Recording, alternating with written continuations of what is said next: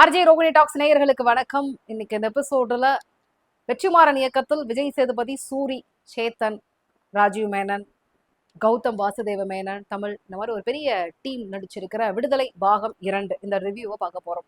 முதல் பாகமே பாத்தீங்கன்னா வெற்றிமாறனுடைய அந்த கதை சொல்லும் நேர்த்தி இரண்டாவது பாதிக்கான எதிர்பார்ப்பை அதிகமா உண்டு பண்ணி இருந்தது. ஸோ பெருமாள் வாத்தியார் என்னும் போராளியை பிடிப்பதற்கு எப்படி ஒரு கான்ஸ்டபிள் குமரேசனை காவல்துறையை பயன்படுத்தி அவர் பிடிபடுறாரு அப்படிங்கிற கதையோட விடுதலை பாகம் 1 நிறைவு பெறும். பெருமாள் வாத்தியார் யாரு, ஏன் அவரை பிடிக்கிறதுக்கு இத்தனை கெடுபிடிகள், இவ்வளவு விஷயங்கள், அப்ப அவர் என்னெல்லாம் பண்ணியிருந்தா இன்னைக்கு ஒட்டு மொத்தமா எல்லாரும் எதிர்க்கிற அளவுக்கு ஒரு நபரா உருவாகி இருக்கிறாரு, இதோடைய ஆரம்ப புள்ளி எங்க, எதனால பெருமாள் வாத்தியார் அப்படிங்கிற ஒரு இவ்வளவு பெரிய போராளியா உருவானாரு அப்படிங்கிறதுக்கான ஒரு காரணத்தை சொல்லக்கூடிய படமாக இந்த விடுதலை பாகம் 2 எடுத்திருந்தாங்க. ஸோ கண்டிப்பா அதுல விஜய் சேதுபதிக்கு அதிகமாக ஸ்கோர் பண்ணக்கூடிய ரோல் பாத்தீங்கன்னா இந்த பாகம் 2ல நிறைய இடங்கள்ல கிடைச்சிருக்கு. அதை சரியா பயன்படுத்தி இருக்கிறாரு அப்படின்னு தான் சொல்லணும்.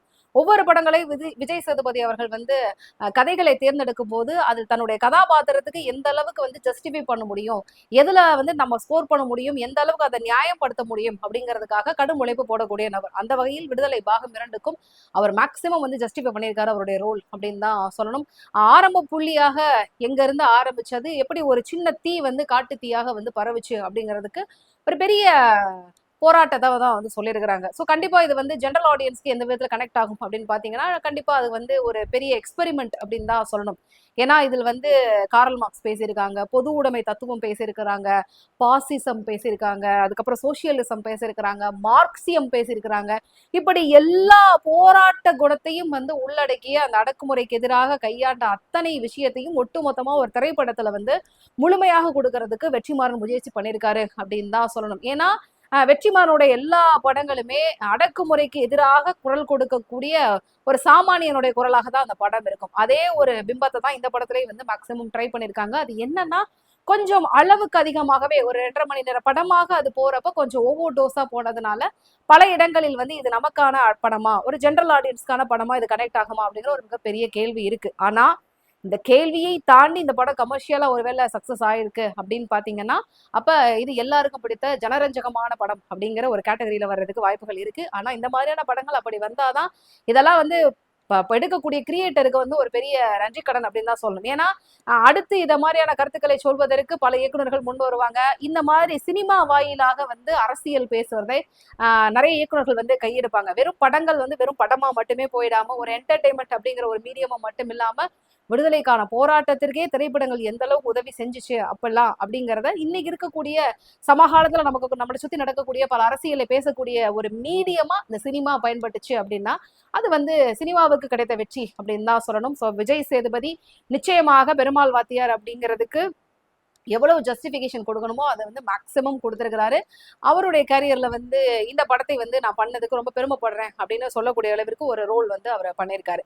அதே போல மஞ்சு வாரியர் அவருடைய கேரக்டர் மட்டும்தான் பாத்தீங்கன்னா பர்ஃபார்மன்ஸ் வைஸ் அவங்க ரொம்ப நல்ல பர்ஃபார்மர், அவங்களோட ரோலை கரெக்டா பண்ணிட்டாங்க. பட் ஆனா இந்த படத்துக்கும் இதுக்கும் அவங்க மட்டும் பொருந்தாத மாதிரி ரொம்ப ஒன்றி போகாத ஒரு கதாபாத்திரமா எனக்கு பட்டுச்சு. என்னமோ ரொம்ப தனியா எடுத்து ஒட்டி வச்ச மாதிரி ஒரு ஃபீல் மட்டும் அவங்களுடைய ரோல்ல இருந்தது. பட் அவங்க ரோலை அவங்க ரொம்ப நல்லா பண்ணியிருந்தாங்க. அதே போல குமரேசன், சூரி, விடுதலை பாகம் 1ல சூரியோடைய நடிப்பு எப்படி இருக்கும் அப்படிங்கிறதுக்கு வெற்றிமாறன் உங்களுக்கு நிறையவே கிளாஸ் எடுத்து கரெக்டா சொல்லியிருப்பாரு.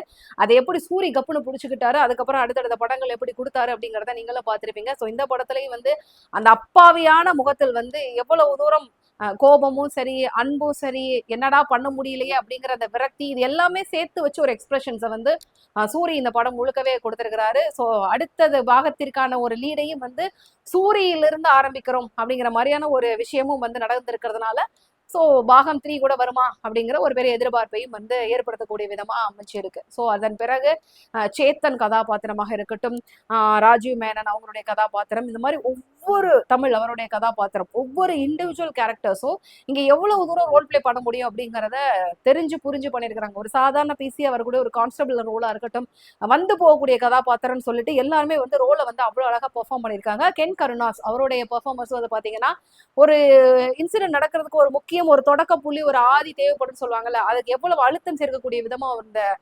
கதாபாத்திரமும் அந்த சம்பவம் நடக்கணும். ஸோ அதை ரொம்ப அழகா கேரி பண்ண ஒரு விதத்தை கென் கருணாசும் பண்ணியிருக்காரு. அவருக்கும் நிச்சயமா தமிழ் சினிமாவில் கதையின் நாயகனாக அவர் நிறைய படங்கள் சூஸ் பண்ணி நடிக்கிறதுக்கு ஒரு பெரிய எதிர்காலமே இருக்கு. ஸோ இப்படி நடிச்ச அத்தனை பேருமே இந்த படத்துல தானே பாதிக்கப்பட்டா எப்படி வந்து தன்னுடைய உணர்ச்சியை வெளிப்படுத்துவாங்க அப்படிங்கிற மாதிரி தான் வந்து பண்ணியிருந்தாங்க.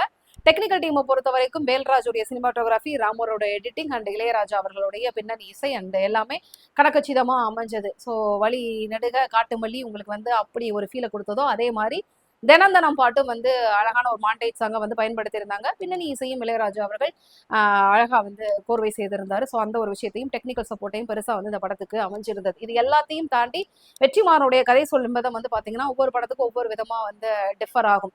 விசாரணையில பாத்தீங்கன்னா அந்த ஒரு மாதிரி சொல்லியிருப்பாரு, வட சென்னையில பாத்தீங்கன்னா அப்படி ஒரு சொல்லியிருப்பாரு, பாகம் 2லே வந்து பாத்தீங்கன்னா யாரோட பாயிண்ட் ஆஃப் வியூல கதை சொல்லணும் அப்படிங்கிற ஒரு நேர்த்தி வந்து அவர்கிட்ட இருக்கும். அதே மாதிரி இதுலயும் வந்து குமரேசன் கதாபாத்திரத்துல இருந்து அந்த கதையை சொல்லி ஒவ்வொரு கதாபாத்திரங்களும் தன் என்ன சொல்லணும் அப்படிங்கிறத அவங்களே கன்வே பண்ணக்கூடிய விதமாக அந்த நேர்த்தி வந்து ரொம்ப அழகா பிடிச்சிருந்தாரு, ரொம்ப நல்லா புரிய வச்சாரு அப்படின்னு தான் சொல்லுவேன். ஏன்னா ஆளாளுக்கு கதை சொல்றப்போ அது ஒரு மாதிரி குழப்பத்துக்கு கொண்டு போயிடும். ஆனா அந்த கிளாரிபிகேஷன் வந்து எங்கேயுமே மிஸ் ஆகாம பாத்துக்கிட்டாரு அப்படின்னு தான் சொல்லணும். ஓவரால் ஒரு படமாக பாக்குறப்ப நிச்சயமா இன்னைக்கு இருக்கக்கூடிய நம்மை சுற்றி நடக்கக்கூடிய அரசியல்களுக்கு மத்தியில் நாம் தெரிந்து கொள்ள வேண்டிய அரசியல், நாம் பேச வேண்டிய அரசியல், நாம் புரிந்து கொள்ள வேண்டிய அரசியல், இது எல்லாத்தையும் உள்ளடக்கி ஒரு படத்தின் வாயிலாக அதை வந்து கம்யூனிகேட் பண்ணியிருக்காரு அப்படின்னு தான் சொல்லணும்.